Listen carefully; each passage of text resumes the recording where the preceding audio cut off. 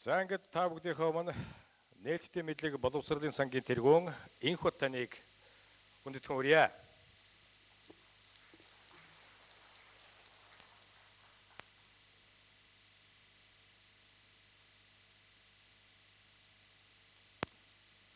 За та бүхний өдрийн амгалангаа ирье. Өнөөдөр харилцаа холбооны салбарын нөхдүүдийнхээ өмнө би гарч ирсэн учир нь бол зарим хүмүүс мэдэхгүй байж магадгүй. Би бол Datacom компаниг үүсгэн байгуулагч нөхдийнхээ хамт интернетийн асуудлаар 25 жилийн өмнө явж исэн хүн. Өнөөдрийн хурлаар бол интернетийн мэдээллийн аюулгүй байдал, түүний дотор интернетийн аюулгүй байдал, зохистой хэрэглээний талаар хурлуулж байгаа. Энэ жилиг 16 оныг ингэж зарлж байгаа юм байна. Тэгэхээр интернетийн болон мэдээллийн аюулгүй байдлын асуудал бол дэлхийн түвшинд нэлээд тодорхой тогтсон ажил хэрэг болж явж байгаа ийм асуудал. Харин интернетийн зохистой хэрэглээ бол сүүлийн жилүүдэд их яригдж байгаа. Ялангуяа Монгол төрийн балган сүрэн дарга ярьлаа, Жаданбаа дарга ярьлаа. Монголын хэрэглэгчдийн өмнө, Монголын төр засгийн өмнө энэ асуудалд яаж хандах вэ гэдэг зарим талаараа тодорхой, олон талаараа тодорхой бус ийм чиглэл байгаа. Тэгэхээр би энэ дээр нь бол илүү төвлөрч ярих гэж бодож байна. Тэгээ интернетийн юуны өмнө бол интернетийн зохистой хэрэглээг ярихаас өмнө би интернетийн 20 жилийн өмнө яг энэ өдөр 1-р сарын 17-ны өдөр бид нар Америкийн нэгдсэн улсын Калифорни мужи штаттай Sprint корпорацийн зангилаатай Монголын анхны интернетийн сансрын холбооны сүлжээ холбогдоод интернетийн Монгол гэдэг домен буюу интернетийн Монголын бүс үүссэн энэ өдөр юм аа. Тэгэхээр энэ өдрийг тохиолдуулаад холбооны нөхдүүдтэй интернетийн салбарт ажиллаж байсан бүх хүмүүстэй, хэрэглэгчтэй юуны өмнө баярын мэнд хүргье. За энэ бол Монголын хувийн секторын хийсэн хамгийн том төслүүдийн нэг байсан. За 20 жилийн өмнөхийг эргээд товчхон би ганцхан зүйл ярив.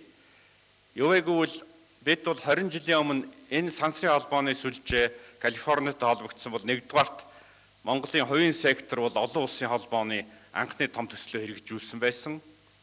За 2-дугаарх нь бол бид үүнээс өмнө 5 жилийн турш 20 аймаг X25 буюу одоо анхны мэдээллийн сүлжээг байгуулад түүгээрээ имэйлийн үйлчилгээ явуулдаг байсан.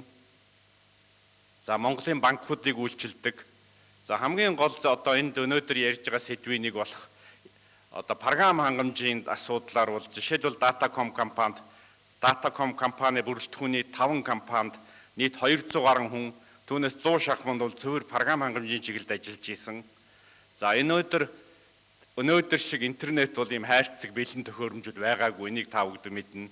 Монголчууд бид програм хангамжаа өөрсдөө хийгээд сансрын холбооныхаа сүлжээнүүдийг байгуулад за бид бол мөн 20 аймагт 18 аймагт тэр үед анхны сансрын холбооны висат сүлжээг бас байгуулад ингээ Монголын интернет бол дэлхийн түвшинд ялангуяа Азитай эхний 10-т орж исэн.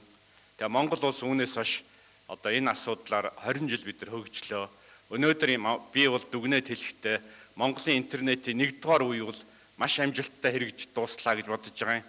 Ягаад гэвэл бидний анхны зорилго бол Монгол улсыг дэлхийд гарцтай болгох зорилго байсан. Тэр зорилт бол 20 жилийн өмнө биелсэн. Дараагийн 20 жилийн зорилго бол Монгол хүн болгоныг интернетийг хүртээмжтэй болгох асуудал байсан.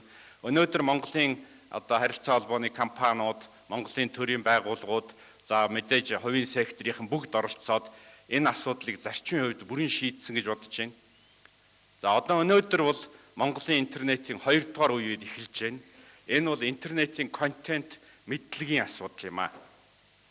Тэгээ би энэ дээр гарч ирсэн учир нь бол интернетийн зохистой хэрэглээг бас нөгөө өнцгөөс бид харъя гэж бодож ярьсан юм. Гарч ирж байгаа юм. Юу вэ гэвэл интернетийн мэдлэг контентын асуудал бол өнөөдөр Монголын иргэн болгоныг 3 сая хүнийг яаж контент үйлдвэрлэгч болгох вэ гэдэг асуудал. Тэгэхээр Монгол улс бол хөгжлийнхаа гараан дээр ирж байна. Эрүүл мэндийн салбар, боловсрол, соёл, шинжлэх ухаан, төр засгийн байгууллагууд, бизнес, гадаад харилцаа энэ бүх ажилд Монголын 3 сая хүнийг яаж дайчлах вэ?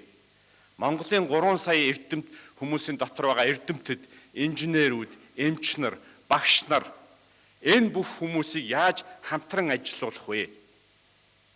За дээрэс нь энэ Монголын бүх хамтарч ажиллаж байгаа хүмүүсийг дэлхийн 7 тэрбум хүнтэй яаж холбож ажилуулах вэ? Монгол улсын боловсролын хөгжилд, Монгол улсын эрүүл мэндийн хөгжил, Монгол улсын шинжилгээ ухааны хөгжилд бид дэлхийн нөөцийг, дэлхийн чадварыг, дэлхийн дээд сургуулиудыг, дэлхийн эрдэмтдийг одоо ашиглах цаг болсон. Тэгэхээр энийг бол интернет олгож байгаа. Өөрөөр хэлбэл Монгол улсын интернет бол зөвхөн харилцаа холбооны салбар биш ээ. Бид бас бусад харилцаа холбооны олон салбаруудаас ялгаатай нь энэ бол одоо орчин үеийн үнэлгээгээр интернетийн нийт одоо үнэлгээний 90 орчим хувь нь контент дээр байгаа.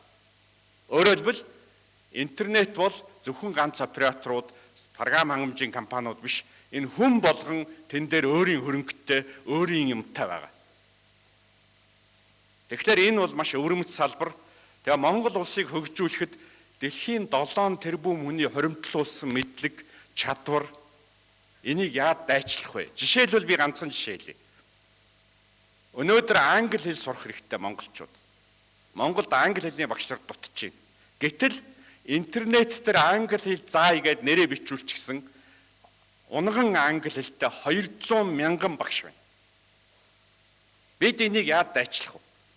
Өнөөдөр интернет дээр хүнд онцлогоо хийдэг 10-20 мянган өндөр мэрэгжлийн профессорууд байна. Бид яаж энийг дайчлах вэ? Гэх мэтлэн олон асуудлууд байна. Тэгэхээр интернетийн зохистой хэрэглээний хамгийн чухал чиглэл бол Монголын хүн болгоныг яаж контент үйлдвэрлэгч болохгүй вэ? Яаж энд Монгол хүмүүсийн хамтын ажиллагааг өрнүүлэх вэ гэсэн ийм асуудал байгаамаа. Тэгээ энэгээр бол Монголын төрийн байгууллагууд, Монголын зохицуулах одоо харилцаа холбооны байгууллагууд бол маш тэргүүн ээлжинд анхаарах ёстой гэж бодож байгаа. Энэ бол Монголын төрийн хөгжлийн бодлогын амин чухал хэсэг. Өөрөөр хэлбэл Монгол улсын хөгжилд 3 сая хүнийг яаж дайчлах вэ гэсэн асуудал. Энийг бол Монголын өнөөдөр харилцаа холбооны салбар, ялангуяа интернетийн салбар ийм боломжийг бол биднэрт олгож байна. Тэгээ өнөөдөр бол Монголын интернетийн 1-р үе бол дуусч байна. Би тэгж харж байна. Яагад гэвэл интернет болон гар утас за харилцаа холбооны үйлчилгээ бол хүн болгонд, сум болгонд за тэр байтугай малчны бэлчээр дээр зарчмын хувьд боломжтой болсон. Өнөөдөр Монголын интернетийн 2-р үе эхэлж байна. Энэ бол яаж бид интернетэд одоо түүний сөрөг тал, түрүүн дурдсан сөрөг талыг багасгаад энэ асар их эерэг талыг одоо өсгөөд яаж улс орны хөгжил болох вэ гэдэг ийм зорилт тулгарч байна. За ингээд энэ өдрийг тохиолдуулаад нэгэнд бидний энэ асуудлыг сөхөж ярьж байгаа учраас та бүхний одоо харилцаа холбооны өнгөрсөн хугацаанд энэ их том ажлыг одоо ажил хэрэг амьдрал болгосон одоо харилцаа холбооны компаниуд, манай өөрийн холбооны операторууд, за Монголын телевиз, за тэгээд манай програм хангамжийн компаниуд өнөөдөр бол интернетийг бодит хэрэг болгосон та бүхэндээ бас одоо баярлалаа гэж хэлье. Тэгээд Монголын олон мянган интернетийн хэрэглэгчид бол энэ зааланд сууж байгаа хүмүүст бас баярлалаа гэж хэлэх байхаа гэж бодож байна.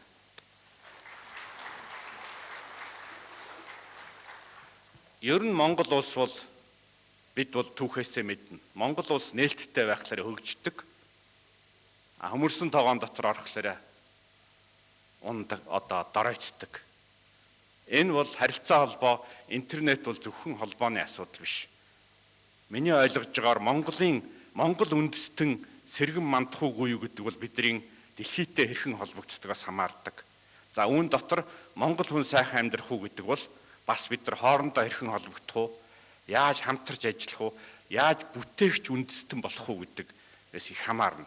Тэгэхээр 21-р зууны 7 тэрбум хүний дунд энэ 3 сая хүн бол өрсөлдөж, уралдаж, юугаараа илүү түүгээрээ бид бусдыгаа одоо зарж, үйлчилж ингэж амьдрна. Тэгэхээр энэ бол контентын асуудал, энэ бол мэдлэгийн асуудал, энэ бол мэдээллийн асуудал. Тэгээ энэ чиглэлд бол одоо Монголын төрөөс манай харилцаа холбооны төрийн байгууллагууд, за инженерүүд, эрдэмтэд бид бүгдээрээ улам цаашдаа эрхчтэй хамтран ажиллана гэж бодож байна. Тэгээ Монгол улсынхаа төлөө цөмөөрөө хамтран зүтгэе. Их баярлалаа. За